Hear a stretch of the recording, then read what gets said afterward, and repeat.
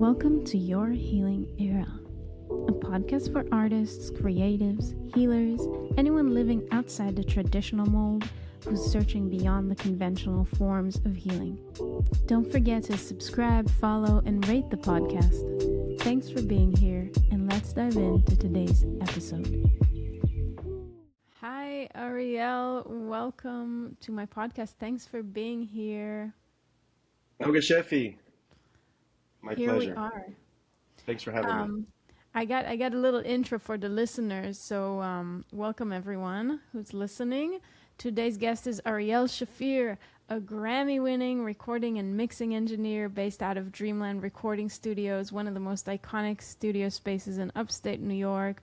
Ariel is someone who lives at that intersection of technical precision and deep musical sensitivity.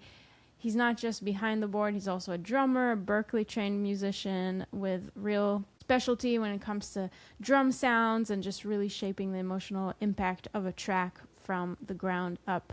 Over the years, he's worked across a wide range of projects from indie and experimental records to major label releases. He worked with artists like Regina Spektor, Michelle Ndegeocello, Aaron Parks, Lake Street Dives, and even the Pixies.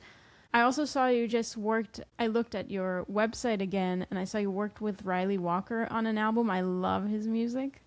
And also Ariel East. Yeah. She's very, very magical. So yeah, I really love your approach to music, and we go way, way, way, way back. So I'm really excited to just dive into a conversation today. Thanks for coming on. How are you doing? Thanks for having me. I am good. Wow. Thanks for that intro. I feel like I'm just a guy. I'm just a dude. How are you doing these days? What's alive for you? What's alive for me? Lots of stuff. Lots of things. Working, collaborating with people, working on music, working on records has been like my thing this past decade or so.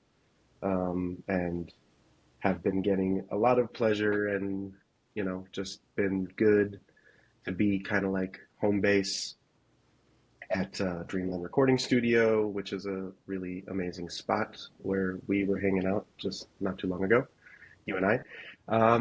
And yeah, also have been playing like on the other side of the glass a little bit, or on the other side of the industry, I guess, as a drummer, which is something that I have not been doing as often as I wanted to, and now I'm kind of like back at it. I have a band, an ongoing project of like Mediterranean instrumental dance party vibes. It's a lot of fun.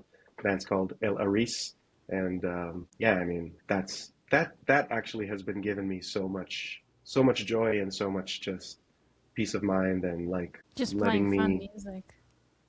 playing fun music, seeing people, having people come out to a party basically, rather than like a show with some expectation or whatever. It's just like you're just playing to a room, like it's super energetic and super fun, and there's no lyrics, but we all like shout and yell and make random noises.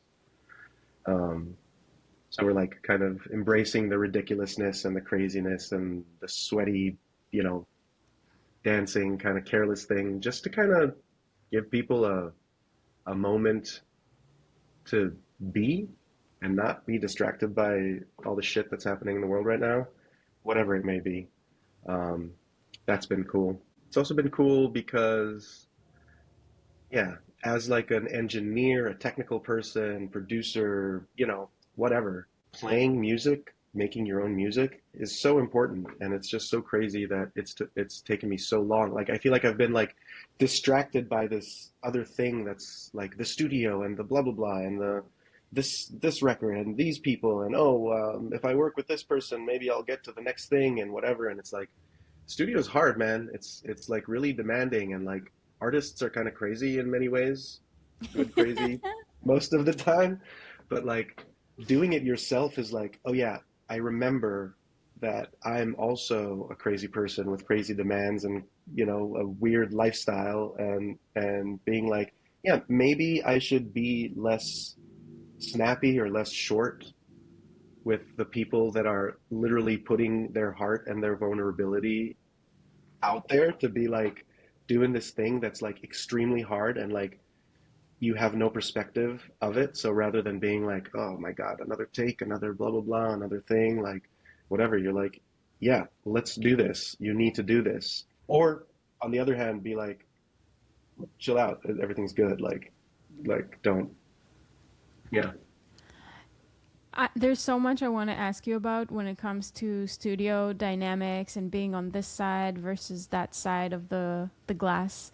Hmm. And but before that, I really want to ask you because we grew up together and you were a drummer and then you transitioned into doing much more engineering and I remember you had some kind of injury in your Yeah. arms. So I was curious if you don't mind kind of walking me through that. Was that the reason you dove deeper into studio work? I mean, yeah, the short answer is yes.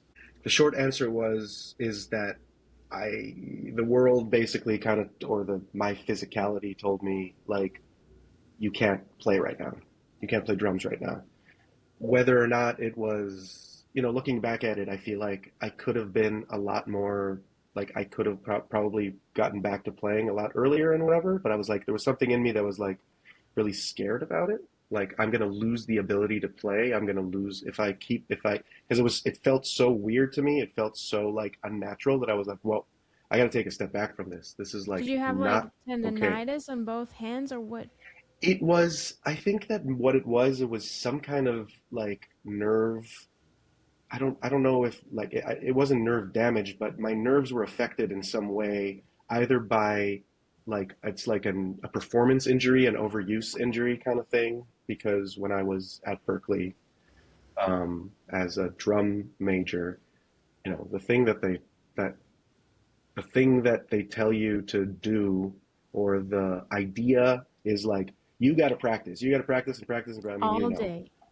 all day and all day. And if you don't get in 4 hours of practice, so it's like, and you see all these like incredible musicians that are just like so insane, and you're like, I want to be that, I want to do that, but like something wasn't vibing with like the connection between the mindset and my body, like the physicality of it. So it's like it shut down for a second, and I think that what it was like nerves in both my elbows just got like I don't know. It's hard to give it like because there's so much emotional impact involved with it too, and so much other things, and like moving to a new country and being like around all this stuff and the jazz world and the this and that. But basically, what happened, I think, is that there was a lot of inflammation that built up in my body, in my arms, and it kind of like trapped my nerves and was just like every little motion that I did like kind of triggered me into like, oh,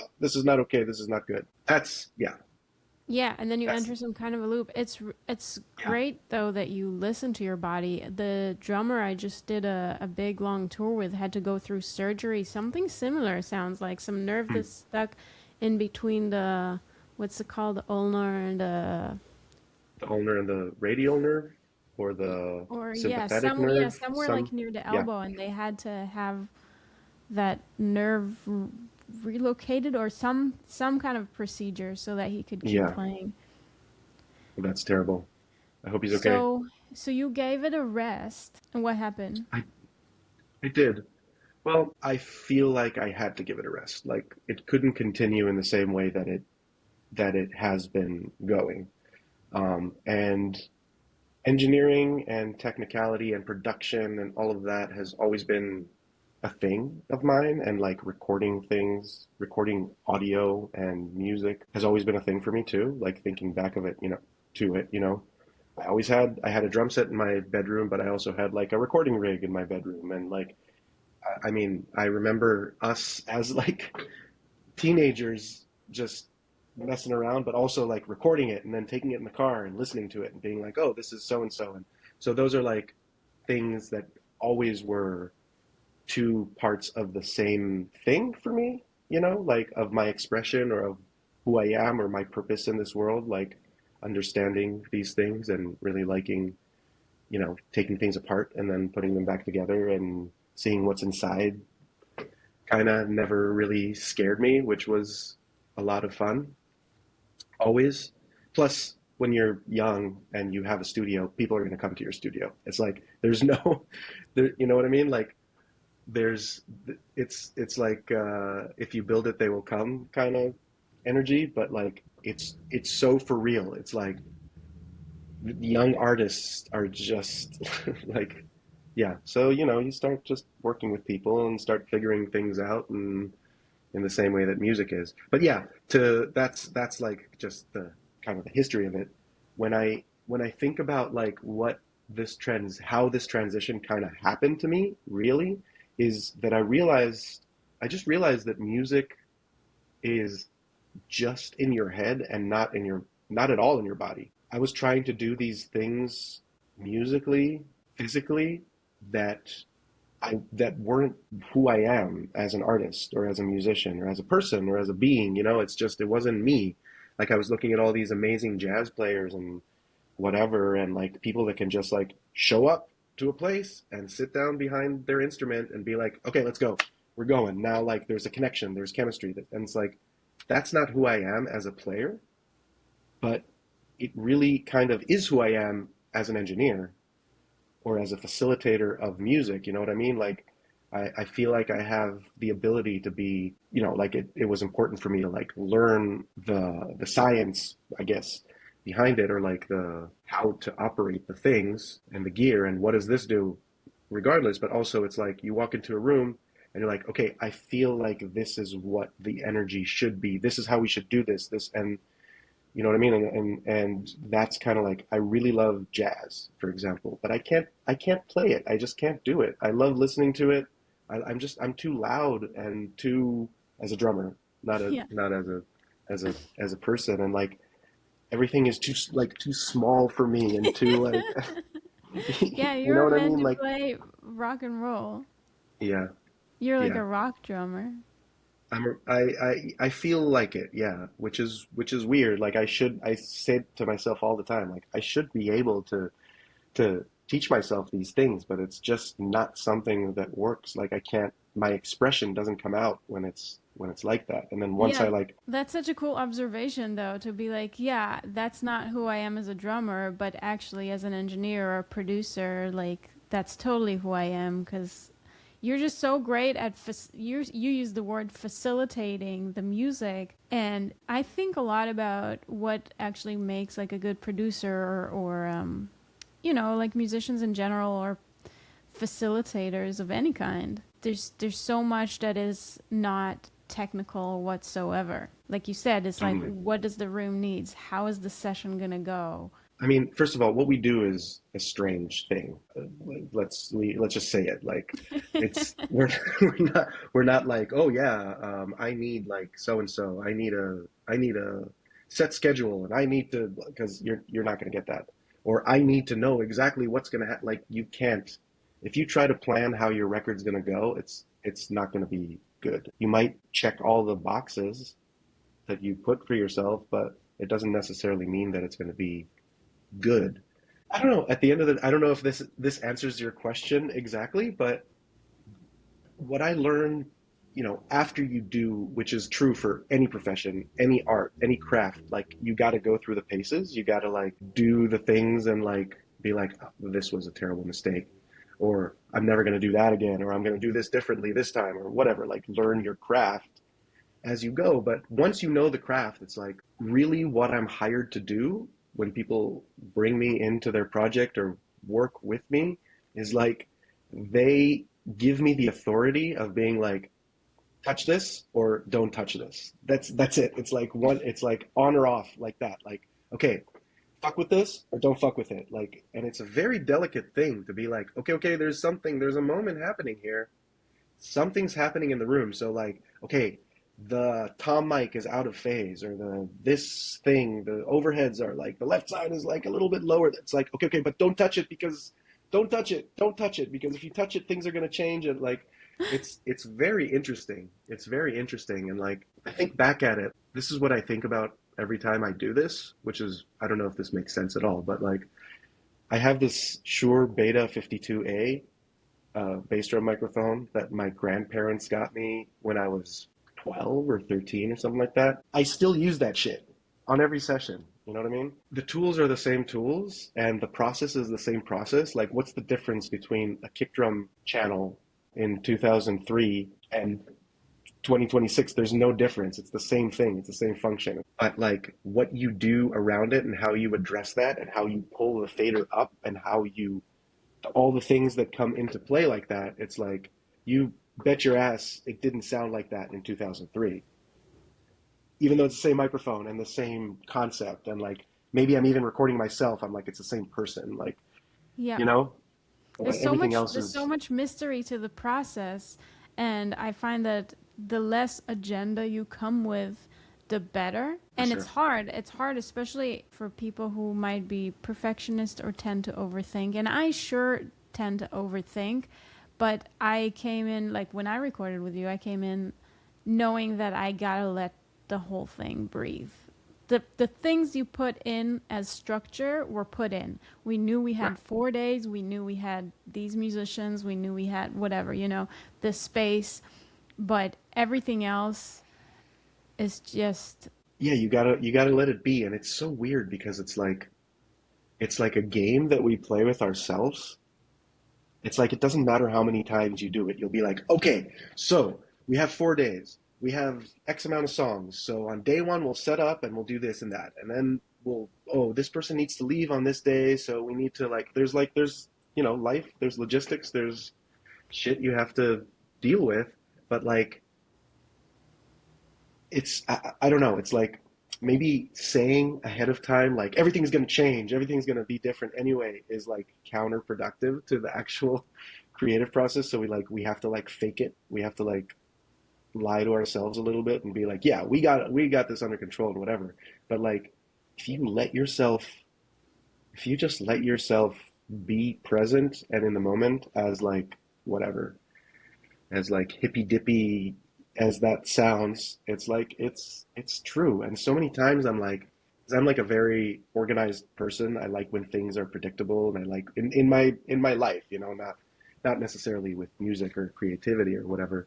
And like so many times I sit in scenarios and like I'm like, oh, but this changed, and oh, this is not the same. And then like at the end of it, I'm like, God damn it, they're all right. I'm wrong. They're all right. Like this is how it was supposed to go down, because if we didn't go through this process, then it wouldn't be the same. Learning how to let go. And also, the more you do it and the more you're confident and the more you work with people that you have trust with, it becomes less of an issue.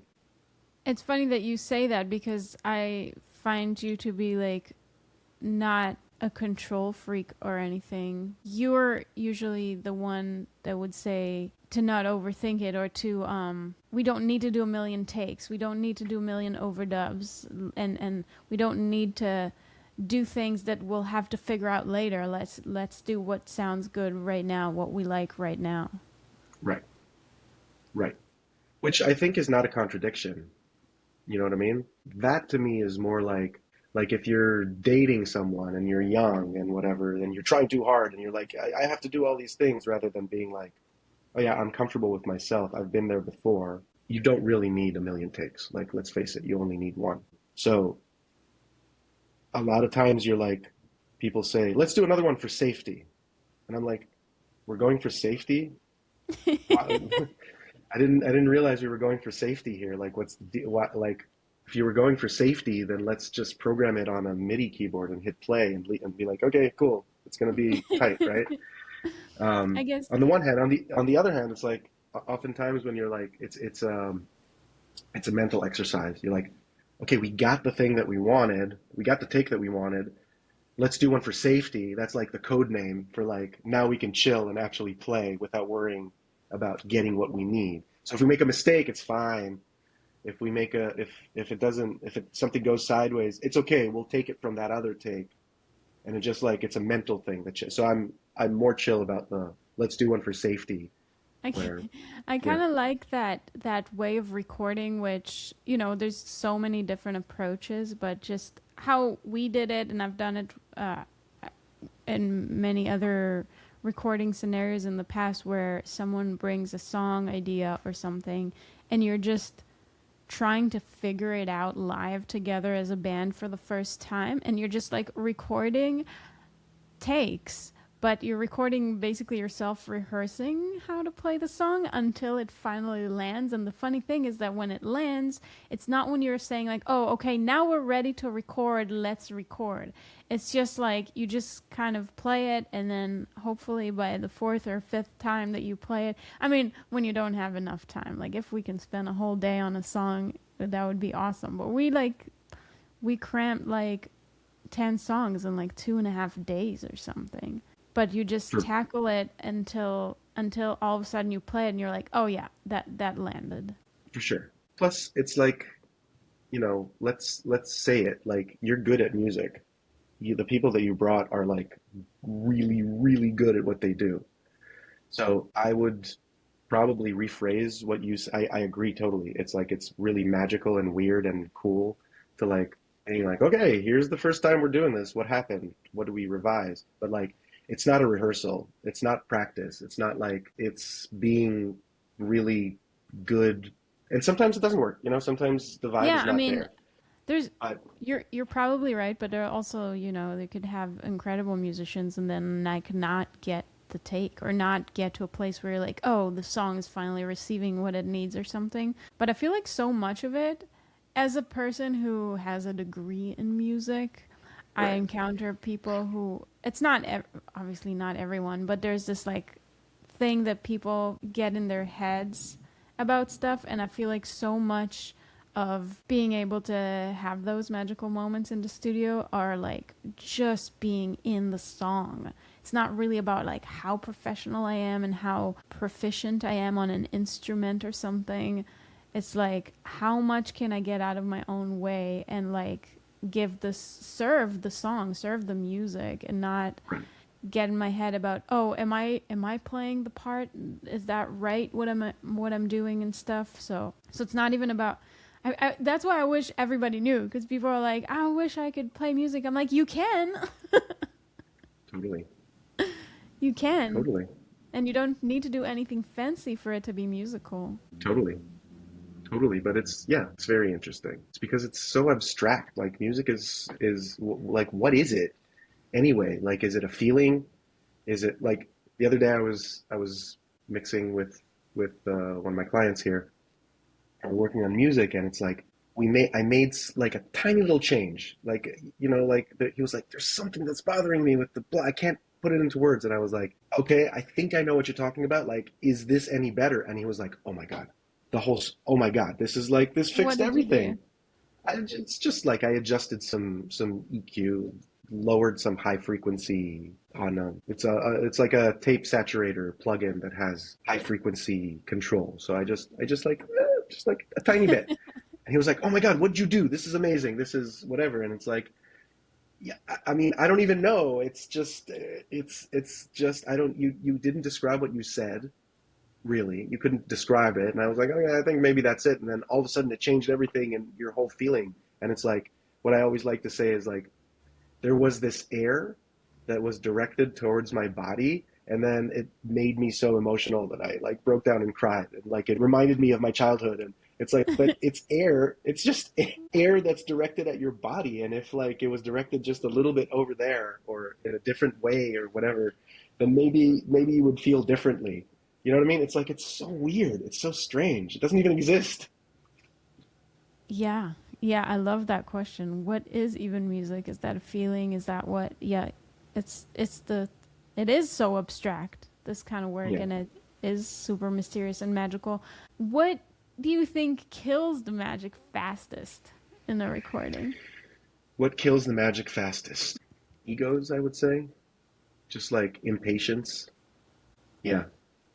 Ego is something that should leave the just leave the door or just not enter the creative space. It's Have just you seen that documentary about how they recorded the "We Are the World" song? yes. I'm Yes. obsessed. I like yeah, that song's sorry, this is my hot take, but It's fine. It's so cheesy and Yeah, terrible, of course it is. and like the But whole era is bad. But that man, that documentary just I was just like, I I think I've like seen it music like three again. times. It's incredible. Yeah. It's so Um, incredible. so I just remember Quincy Jones was producing it, and he brought in, for anybody listening, you know the song, right? We are the world, we are the children. They were doing like a fundraiser to raise money to feed hungry people in Africa. And they brought together like this just massive amount of just stars to be part of the song. And Quincy Jones put a sign saying, "Leave your egos at the door." Yeah. That was probably a good move. I mean, he was dealing with a lot of egos over there, Yep. like a lot of people that are very like, yeah, self-absorbed in Yeah. many ways. But it's like, yeah, I guess that's the thing, right? Because they're not try I mean, the record sold like it's one of the biggest selling singles, right? Or something like that. Nobody came in there to make a profit out of it. I don't know how much this like feeding starving kids in Africa is actually real, or it was like a fad, like an 80s fad kind of thing. I don't know. And I just don't know. But it's like nobody came there to be like, I'm gonna progress my career. I'm gonna, everybody just came to because they were invited to be a part of this thing and be next to like their idols and their heroes and sing together with them. Yeah. But yes, I feel like, and Quincy Jones is a very smart producer. I don't know if you know this about him. He's like really good at producing music, um, apparently. But he's like one of the greatest. But yeah, if he wouldn't have that premise, it would have been a nightmare. I don't think that it would be that we would be talking about this right now if that was a thing. You know what I mean? Because he was like, this is not what this is about. So Right. you know what I mean? So like when you're in a recording session or when you're going over music or you're playing live or whatever, if you have an ego attached to it, then like what are you doing? Then you're doing it for yourself. And this is not for yourself. Now, making a living out of that, that's a whole different story. You need to have boundaries, yes. And you can't let people just you can't what I'm saying is not having an ego doesn't necessarily mean that you're like putting yourself beneath something or like letting something else take charge or whatever. You know what I mean? You're not really making music for yourself, but you also are not making it for anyone in particular. Like it can't be contrived, but it also can't be self-absorbed. So it's like it's strange, man. Again, slippery, watery Slippery. music. And Yeah. also, I mean, we all have egos and we all have maybe some kind of hidden agendas or desires or needs, but I feel like people with the biggest egos are also have the least amount of being able to see that. So Right. it's hard to navigate sometimes. I mean, You you've know, worked with have some really big artists and all yeah, sorts of folks in the studio. yeah, I have. And the best ones are just the ones that want to make something cool. You know what I mean? It's like that's a thing too. Like you were saying earlier, you were talking about like perfectionism or people that need things to be a certain way and they need to be perfect. So it's whatever you call perfect. And I'm like I always like to think of it as like I hate when people call me a perfectionist because it's like caring about something and wanting things to be a certain way doesn't mean perfectionism because it's never going to be perfect. Nothing's ever perfect. Like, what's perfect? It might be perfect to someone else, but Right, and then it's also like a matter of taste. right. Can I ask you, do you think taste is something that you develop or something that you just like have or learn or trust? Probably a combination of things.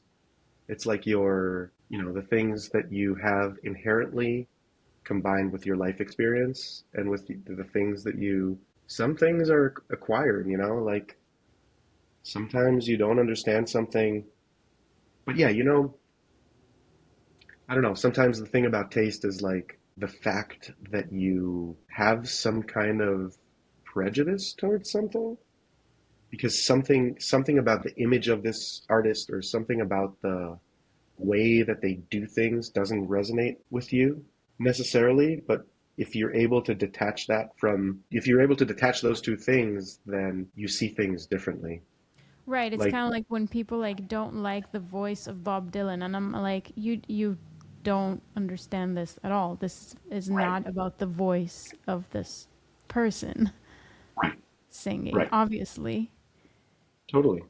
I mean, my partner, she's not a musician, and it's been really amazing, like over the years, to kind of like see the different perspectives of this, where it's like me as a musician or as an artist, I almost have this like we not me, but just like us all artists have this thing where it's like you see the value of things regardless of the social context or the way they hold themselves or whatever. You're like, like I'm there's so much music out there that I'm not a huge fan of. Like I'm not like a diehard Prince fan or I'm not like a diehard Dylan fan or whatever, but like the things that are really amazing about them come up on the radio where you listen to them and you're like, fuck, man, this is brilliant. This is so good. That's a very interesting kind of thing where you're like, as an artist, you're almost like not allowed to have that. You're not allowed to have like an opinion based on something that's not like musical or artistic. Like just a feeling. Yeah, I mean, like you're like you have to recognize these things. You have to say like, oh, the Beatles are just like an incredible band. They're the most influential band ever because look at the music and the whatever. But like at the end of the day, like I'm not super on board with like the whole thing around it or whatever it is. Not necessarily this example, but just like in But general. you can understand what makes someone great, which is maybe not the thing That's what around I'm it. saying. Yeah. That's what I'm saying. Other people that are not musicians, they get to be like, this is not great. I don't like this. You know what I mean? Like based on whatever they want. Question. Have you noticed patterns in sessions that end up producing something really special? Could you tell?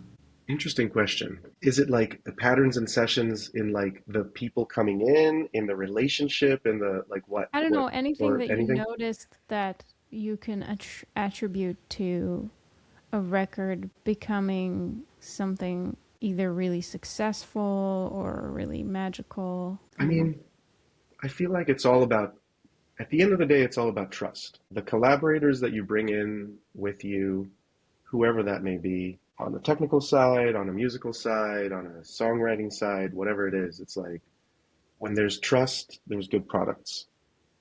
It doesn't matter what the genre is. I mean, the music needs to be really something needs to be good there. You need to have a good starting point first of all. Then You once you talk, have that, yeah, sorry. go ahead. When you talk about trust, you mean like between people or trust in the process, or what are we talking about? Both. I worked with this band that are just these dudes. They're just like they have day jobs. They just like came in with no. I spent like I don't know 4 days in the studio with them. They came like with nothing, no agenda, no nothing. They don't know anything. They didn't have any thoughts and they came in and made such a cool record and I had such a good time working on it. Not too many people are going to hear it. It's not going to go be like a huge thing that's going to make a change in the scene of whatever. It's not going to like make their careers. It's not going to launch their careers into this like amazing thing, but like it was so cool. It's so cool sometimes when people come in and they're just like they don't really have much more than just what they bring to the table and they're like I don't know how to do this, let's do this. And like sometimes some people come in with like a song and you're like, man, that is so cool and so deep.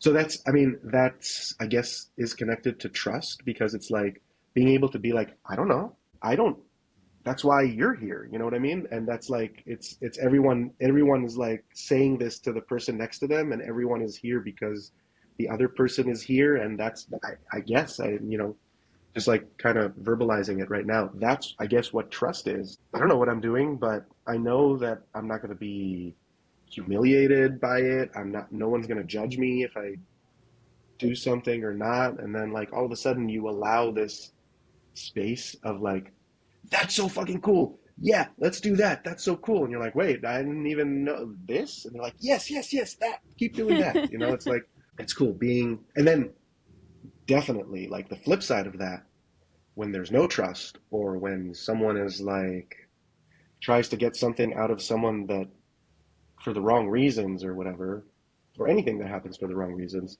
it just crashes and burns. It's like it's not worth it. You know what I mean?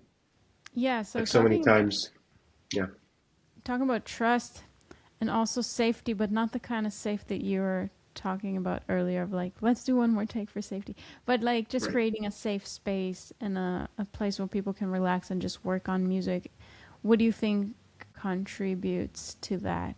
I just know that you're very good at that, probably because you worked with a lot of people and probably partially that and partially because you got a really good personality naturally for that. But what do you think creates like that place where trust can happen and safety and flow? That's a good question. I feel like I always try to make a safe space for myself, create an environment where I can say, like, let's try this, or I don't think that this is working, to create that kind of setting where I can allow myself to do that.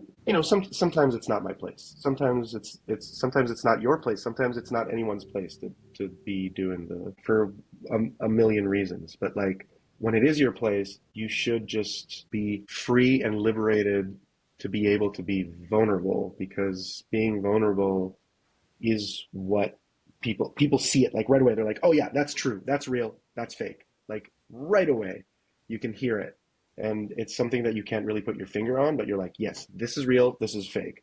And if you have that, then if you have that in the environment that you create for yourself, then you have a way better chance to be comfortable being vulnerable. It's not easy, man. It's not easy singing into a microphone. It's not easy, like, getting your ideas out there. So it's like, I know for myself, like, yeah, I mean, obviously, I chose very carefully who is going to be around, sure, right, for a session. But I also had to fight like my own demons throughout, Well, sure. I probably was at a place in life where I'm somewhat confident and comfortable in myself and stuff. But when it came to sharing my songs and singing and all that stuff, I had to get out of my way all the time. Like every time like I had thoughts coming to take over, saying like, "Oh, is this song even worth exploring?" Like I had to just like, "Oh, hear this stuff again. Let's not listen to it." But that's like the Yeah, inner and I work, mean, but then it's also the people around you that are really that's making it. it. That's it. At the end of the day, that's it. Like you say to yourself, like, yeah, I'm bringing this. I'm fighting my whatever demons of like, this is not good enough, or I'm not good enough, or the song is not good enough, or this is just a simple song, or whatever.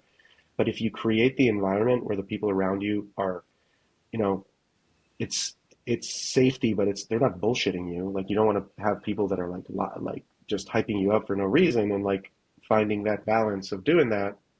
They will tell you. They will be like, no, this is cool. This is inspiring me in this way to grab, this instrument or this pedal or run this through that. And like Oh, when it I just love that flows, process of it just flows. like seeing a piece of music come to life in the hands of other musicians who are giving their take on it and their sounds on it. Oh, that's the magic sauce. Totally. Totally. And I've also seen those same musicians in those same exact people in like other scenarios where it's like, and myself included, where you're trying to do your thing and someone's like, no, that's not going to work. Okay, so get someone else, or what are you saying right now? Like, you want it, you want to do it? Like, what's going on here? Like, what are we even doing here? And I feel like that ties the whole thing. That's everything. That's like safety Yeah, and like why did trust you and get like a certain musician if you don't want to let them do, yeah. I mean, some people want to hire a producer or a musician so they can tell them what to do because they're hiring them. But like you're not going to get anything good out of that. Like forget it. You're just not. You're not going to get anything usable from that. It's it's interesting. Plus, the risk is so low. Like let's talk about that for a second. Like what do we like the risk is just so it's like it's non-existent. I was doing this show. I played this show in New York at Bowery Electric at that spot, and the guy there was like the old sound guy from CBGB's, but that's just a side story. He's like super cool and like has seen it all. And like CBGB's is across the street, I guess. So he just when that closed down, he started doing the Bowery Electric thing. And I was doing this show there, and it was important. It was kind of important for me. I was like, I want to document this. This is cool. Like, so I brought my hard drive or like a flash drive, whatever, to pop into his board, and then that didn't work. And then I brought my laptop and tried to like run Pro Tools to try to get the sound into in that way. And like there was an opener, and he was supposed to do sound for the opener too. And we were just like, okay, let's try this cable. Okay, let's try that. Let's try. And it was like it was tense. Like it was very like I was sweating trying to like figure this out to get this all done before we do this because it's so important because it's so precious and and we can't I gotta have a recording of this and whatever, and then we couldn't figure it out. If we had another 30 minutes and just like chill and we could like reset the system, maybe we would. I'm sure we would have figured it out one way or another. But like he looked at me and he said, "Well, at least we're not brain like we failed, but at least we're not brain surgeons." And I was like, "Man, that's that's so right. Like nobody died. In fact, nothing happened. Nothing. Absolutely nothing happened. Okay, so you want to document the show. Well, you have some cell phone photos, videos from some people that took it, and maybe that's even more valuable in many ways because it's like it's this is that's what happened that day. Like that's just how it went down. This didn't want to happen. And you could totally see a scenario where you're like, fuck, this is blah blah blah, and like it throws you off for the show, and like I expected this, I paid you to be there to record this. It's like, okay, nothing happened, man. Like seriously, nothing happened. And sometimes I think about it. It's like you're in the studio and you're like, oh, is this clipping? Is this like too so and so? Is this like whatever? Is this not? You like go through the should I change this? And it's like, It's okay, not the what's the end of the worst world. thing that can happen? What's the worst thing that can happen? You know? But we respond to a lot of things as if it was life or death. We just I do know, that. I And know, then but at also like least our artistry is like so important to us. It's like our heart and soul. I remember when I was doing that tour last year, and musicians used to take it like kind of like take it to heart when the conductor would give us like certain notes or something. And I remember talking to the crew members about it, not the band, and they were like, "What's the big deal? Everybody gets notes all the time. Like, don't do it this way, do it that way. Don't do it this way, do it that way. Can you please go more to that side or whatever? Like whatever the right. note is." But musicians, we tend to take it like so seriously, like oh, like like it means something about our whole life. I know, because it does. Because it does. You should have integrity in what you do. I think be, you should have some kind of integrity. But like, you don't need to put it on a pedestal. Like, It's a thin line, I guess. How to it take is. it And seriously and lightly all at the same time. well, but that takes it back again to like trust. If like a person that trusts you tells you, hey, or the person that you trust says, hey, can we try it like this? Or don't do that. This isn't working or whatever. You'd be like, well, their intentions are not to harm me, but like sometimes, and that's why really you're right. It is a fine line, and the fine line is sometimes people are just trying to fuck with you. Sometimes people like you rub each other the wrong way, and they're like, I don't like this. You got to change the way that like you know what I mean. Especially like in a scenario like that, like the conductor didn't choose the people. And sometimes they're just trying to be insistent about something that maybe never will be that way. And sometimes, and some people are assholes. I don't know if you heard. Sorry if this is the moment that I'm breaking this to you, but some people are not good people. Oh man, I know that. Um, But but most people are good people, and there's a lot of good people out there. there's a lot There's of a good lot of good people out people out there, and I there, think and also like musicians too. I believe that what you put out there, comes back to you. So, we kind of attract like attracts like with some exceptions. Some old karmas coming back in for a Old last karmas. hurrah. Yeah, But you learn how you like to work, and then you learn, what kind of people work for that, and you catch that really quickly when you're like, yeah, that's not the right person for this, or. totally. And that's again are you making music, or are you making a living, or maybe a combination of the two? And like, what battles am I do I choose to? What is the hill that I'm going to What die hill on? that you're gonna die on? Exactly. That's really important to choose which ones.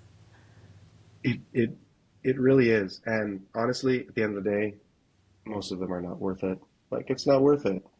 It's it's it's just not. And like, for real, the thing is, like you were saying, I am from the school of like, use your ears, listen to what's happening right now. Do we need another take is based on, do you like this take? Like, it's a very like analog approach of like, if you want this take, if you don't like this take, then do a take that you do like, but don't keep this take. And it's like, whoa, okay, wait, maybe I do like this take.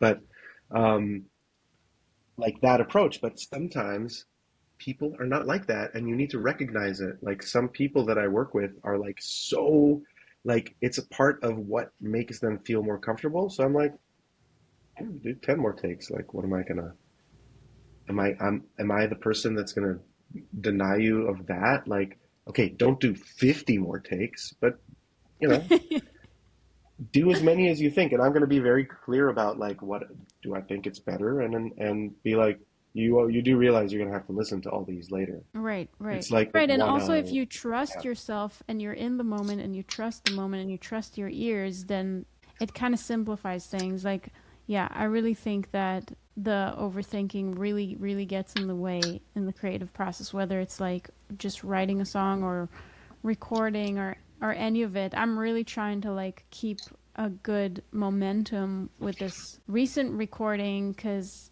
I don't want to fall into these cracks where you're like stuck with something because you're overthinking it and overcomplicating it. Just you just gotta just become better at making just make choices and move forward. well, move forward so you can make more music. Move Hmm. forward so you can learn from the things that you did, And also that you that can you actually yeah, share the things that you do and not, 100%, keep them a in the hundred drawer percent, forever. 100%. The And it's like amount of music. drawers. I know, and the fact that it doesn't take any physical space is a huge thing. It doesn't take any physical space. It's like, it's not a thing that's like, that's a burden on your life. You can keep you can keep adding more and more drawers. And at the end of the day, it's like you're documenting something. You know what I mean? You're capturing a moment in time, and that moment might not be relevant in a couple years. That's exactly the tricky part for me. That's why I'm trying to keep the momentum. I'm like I get so tired of stuff that I make and work on like pretty quickly and I want to just move on to the next thing or create the next thing. Totally. And it's also like, as a creative being, every process that you do, every process that you go through, you get better at what you do. And then you're like, well, I didn't know these things when I went into this process, so now I know. So let's table that and let's start fresh with the things that I know. And then it's just like you're chasing your tail. Like, it doesn't, yeah, It's tricky, right? If only we could so tricky. live for a good 50 years, figure it all out and then start again, but unfortunately it doesn't work that way and we Well, just I gotta. always said that like the person that will invent the plugin that makes your mix sound like what you think it's going to sound like in 2 weeks, that's like the money. That's where the money is. It's like just make it sound like what I'm gonna think of it once I have some time off of it. We'd be so much more productive Yeah. because it's like, yeah, and that's a thing too that you learn. You're like so adamant about something, and then you're like, I mean, I just had to let it be for a little while, and now it's fine. Like, what was I even Right. thinking? Just, yeah, live with it. So, what's something about music that you think most people misunderstand? There is no sound. There is only music. Like, there's sounds in your life. There's like a car just drove by, so I heard that. Or It's very loud there's, street, unfortunately, to record a podcast on. yeah, I mean, but there's like, or whatever, like there's a baby crying over there. Like I can see where it's coming from, but like that's not what I'm not talking about those kinds of sounds. I'm talking about like the way records sound doesn't matter. It doesn't matter, and nobody cares. And I'm the guy, like I'm the engineer, like I'm the person that's it's. I'm supposed to care about these things, whatever. But it's like there's no yeah. People always like and working in like big studios and working in commercial studios and like old school studios that have all this gear and blah blah blah and analog recording consoles and this and the history with here and the space and the blah blah blah. And it's like none of that shit matters at the end of the day. It doesn't matter. Like just do something cool and it's gonna be great. And like the proof of it is like I use sometimes you got to use shitty mics because that's what you need. You know what I mean? Like sometimes you got to just do the easy thing and not make it complicated and like and sometimes you're like what we got on the rough mix that we got from the studio floor is better than this mix that we invested 2 weeks on. And we don't even need to know why that is. We don't care. We don't need to care why that is. I mean, so many records sound so bad. So many great records sound so bad. And I take that back. They sound bad. Like technically something is wrong about them, but they sound so good because the intent is so right.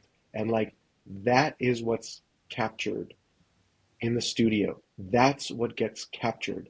Not the frequency response of the blah blah blah and running it through this tube gear and like this and sometimes sometimes you need something. You need like oh yeah, I just ran it through this and it fixed it all and it was great and it worked fine. But like I try to put this myself in like this mental exercise of sitting if I'm sitting in the studio and I feel like I'm failing at what I'm doing or I'm like this is not how it should sound. This is not how this doesn't feel right. Whatever. I like put myself in like an exercise of like okay, what about this Kinks song? Like, if I was in the room, I would be feeling that times 10, because it doesn't sound good, because the vocals are really quiet and dark. The tambourine is just like blasting in there. And it's like, that's not the feeling that you feel when you're listening to it. You know what I mean? But when you work on it, you just get into this like trip in your mind of like, and this isn't working. And it's like, maybe the song sucks. Maybe it is what it is, and you just got to move on. The bottom line is like there is no sound. There's only music. It doesn't fucking matter what it sounds like. I mean, yes and no. We Yes both and no. know that it's true, but also that's your like life's work is It's making my that life's work, but it's awesome. not the right. But it's not the part about my life's work that matters.